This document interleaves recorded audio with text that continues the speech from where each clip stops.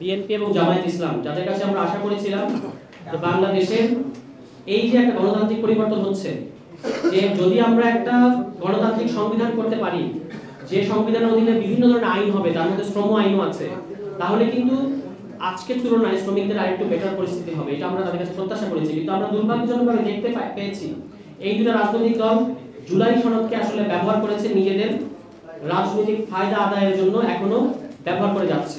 মানে এটাকে এক ধরনের জিম্মি করেছে জুলাই সনদকে। আপনারা দেখতে পাচ্ছেন যে জামায়াত ইসলাম প্রতি মুহূর্তে আঙ্গুল বাঁকা করা সোজা করার হুমকি দিচ্ছে। তারা রাস্তায় নামবে, ঢাকা শহরের চেহারা বদলে দেবে, এই সমস্ত কথা বলছে। পাল্টা দিক থেকে বিএনপির পক্ষ থেকে বলা হচ্ছে তারাও রাস্তায় নামবে এবং একটা সংঘাতময় পরিস্থিতি তৈরি হবে। এই কথাগুলো আমরা তাদের মুখ থেকে শুনছি। এখন তাদের কাছে আমাদের প্রশ্ন, আপনারা কি মানে তারা কি কোনো কারণে এরকম একটা আস্থাহীনতা তাদের মধ্যে তৈরি হয়েছে কিনা যে বাংলাদেশের জনগণ তাদেরকে প্রত্যাখ্যান করবে, এই জন্য নির্বাচনের আগে সংঘাতময় একটা পরিস্থিতি তৈরি করে তারা আসলে একটা অস্থিতিশীল পরিবেশ তৈরি করতে চাচ্ছে, এরকম তাদের কর্মকাণ্ডে আমাদের মনে হচ্ছে। এবং এই দুই রাজনৈতিক দল পুরোটা সময় জুড়ে নিজেদের রাজনৈতিক স্বার্থের বাইরে জনগণের যেটা স্বার্থ, এটার দিকে একবারও মনোযোগ দেয় না। এবং এটার সবচেয়ে বলবো আমি যে উৎকৃষ্ট উদাহরণ হচ্ছে বিএনপি।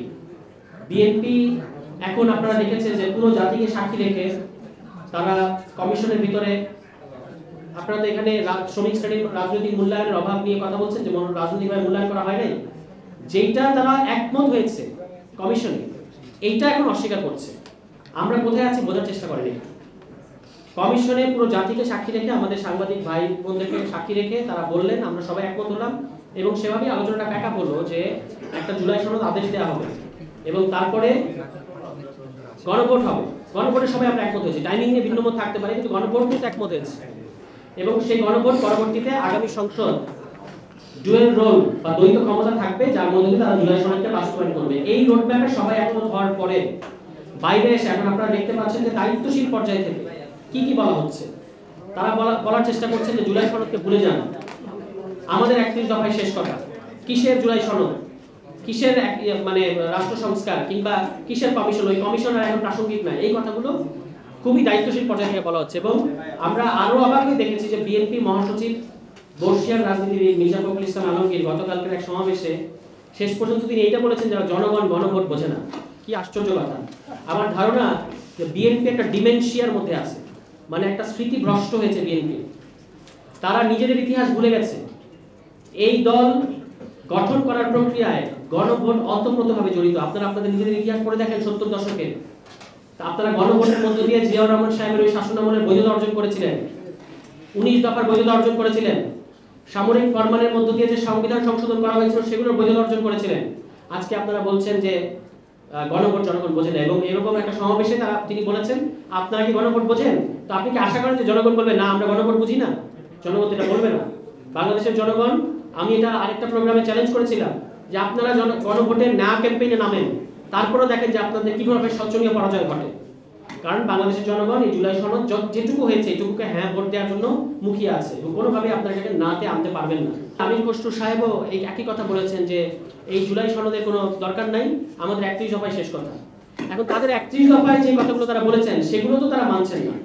তাদের 31 দফায় বলা আছে যে তারা আলাপ আলোচনা করবেন, তাদের 31 দফায় বলা আছে তারা উচ্চকক্ষ গঠন করবেন, তাদের 31 দফায় আরো অনেক সুন্দর সুন্দর কথা বলা আছে, কিন্তু এগুলো তো এখন তারা সেগুলো তো নাই। তারা ক্ষমতায় যাওয়ার জন্য মুখিয়ে আছেন। নির্বাচন ছাড়া যে কোনো আলোচনা তাদের কাছে একটা বিষ মনে হয়। বিএনপি আজকে এই পরিস্থিতি, এবং এইটা করে তারা সারা দেশে একটা সহিংস পরিস্থিতি তৈরি করেছে মনোনয়নকে কেন্দ্র করে। আমাদের বিভিন্ন নেতারা বিভিন্ন প্রোগ্রামে কিন্তু বলেছেন যে অলিখিত হরতাল চলছে, জ্বালাও পোড়াও চলছে সারা দেশে, এবং মুখোমুখি সংঘর্ষ চলছে, গোলাগুলি চলছে। আজকের নিউজ, আজকের গোয়েন্দা রিপোর্ট যেটা ইসিকে দিয়েছেন গোয়েন্দারা, 67% নির্বাচনী কেন্দ্র, ভোট কেন্দ্র ঝুঁকিপূর্ণ। 67%।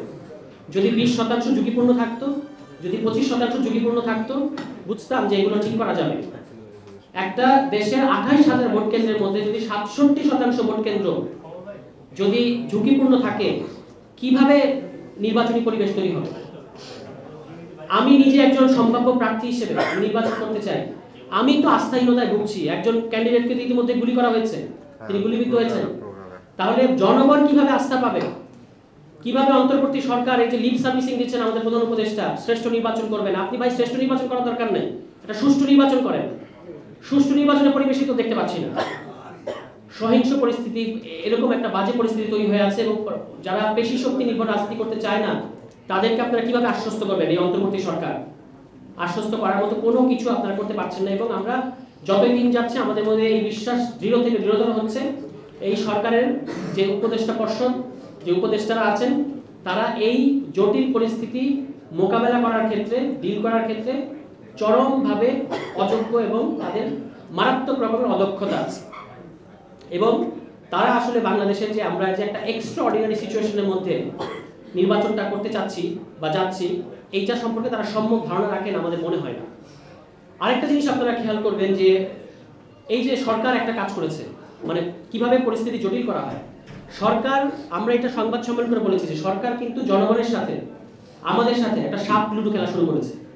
জুলাই সনদ বানানো হয়েছে। জুলাই সনদ আপনি সাপ লুডু খেলা দেখবেন যে 96 ওঠে, আবার এটাকে সাপের মুখে পড়লে 3-এ নেমে আসে।